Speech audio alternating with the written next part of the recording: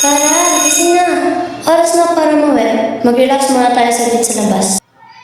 Panaginip lang pala. Tara na, let's go! Tahan umiimik. Hey guys, listen. I found this old abandoned house up in the hills. Sabi nila wala lang tira daw. Matibay pa daw. Perfect for our little exploration. So this the listing. I put some water, biscuit, and even instant noodles. Service mo this on. Pag gutom kayo, andyan lang ako. I bring my drawing materials and first aid kit. Safety first, okay? We don't know what we'll encounter there. Don't worry. I already studied the trail so no need to get lost. But Marco, wag kang confident ha. Baka ikaw pa ngayon maligas sa kita ng gubat. Grabe ka, trust me, we'll be fine. Let's go before the sun goes down. Lydia, where's Marco? I don't know, maybe he.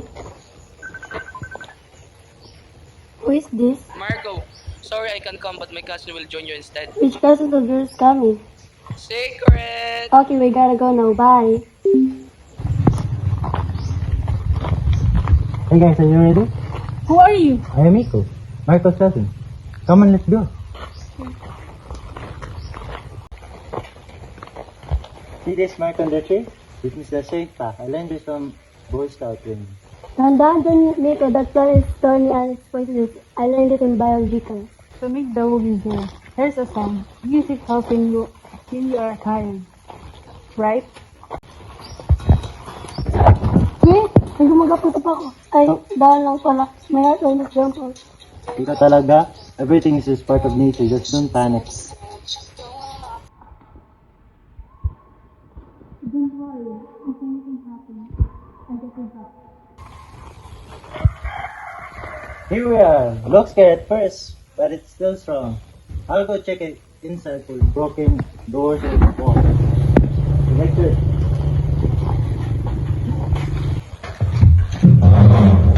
I cleaned the main room and removed some dust. We need to make this place comfortable now.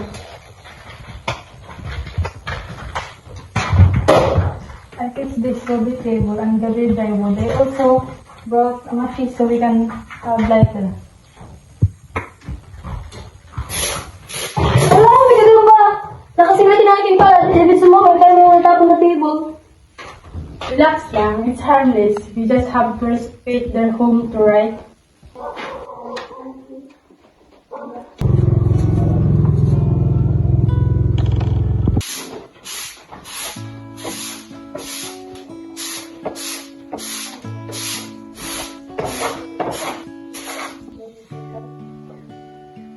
Liza, turn it up. Alam mo, lately you've been avoiding me. Parang ayaw mo kausapin. May iba ka na ba? Nico, let's stop this. Our secret relationship has to end. It's not right and honestly, I'm not happy anymore. And just like that, after all the time we spent together, if I can't have you, no one else will.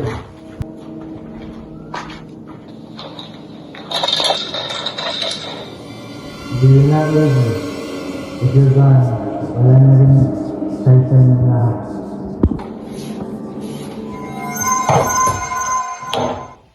What am I doing? I want to hurt you, even kill you. This is not me. Nico, you almost did it, but thank God you stopped. I lost control. I forgot respect. I forgot everything good. I'm so sorry, Liza. I'm so sorry. Liza! Liza! I won't hurt you anymore. I promise to keep you safe. Liza, are you okay? Marco, what he did was wrong. And you should never turn into violence. Actually, I had something to say too. For a long time, I have feelings for you, but I stayed quiet because I thought you were happy with Miko. Now I can finally tell the reason why I wanted to end our relationship, Nico. I realized something about myself. I like Kara. That's why I never fully give my heart to you. I tried to make it work, but it felt wrong. I was scared to admit it before, but now I can't hide it anymore. Understanding is never about me being enough. I disrespected you by forcing my feelings onto you. I'm losing my temper. I take full responsibility. I'm sorry, Liza. Thank you for understanding. And Kara, if you feel this If you still feel the same way, I want you to try. I feel safe, respected, and happy with you. I do feel the same. I promise to love you honestly, openly, and with all respect. From now on, let's be true friends. No more secrets, no more posing feelings.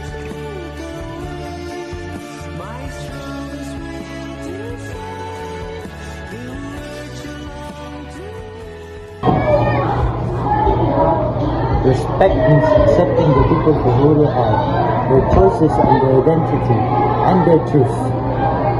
Responsibility means owning up to your mistakes, controlling your emotions and making things right when you go wrong. Service and caring means using your talents to help others, listening first, then loving without condition. Love is not about possessions, it is about respect. Being different is not wrong. It is what makes us human. Let us build a world where everyone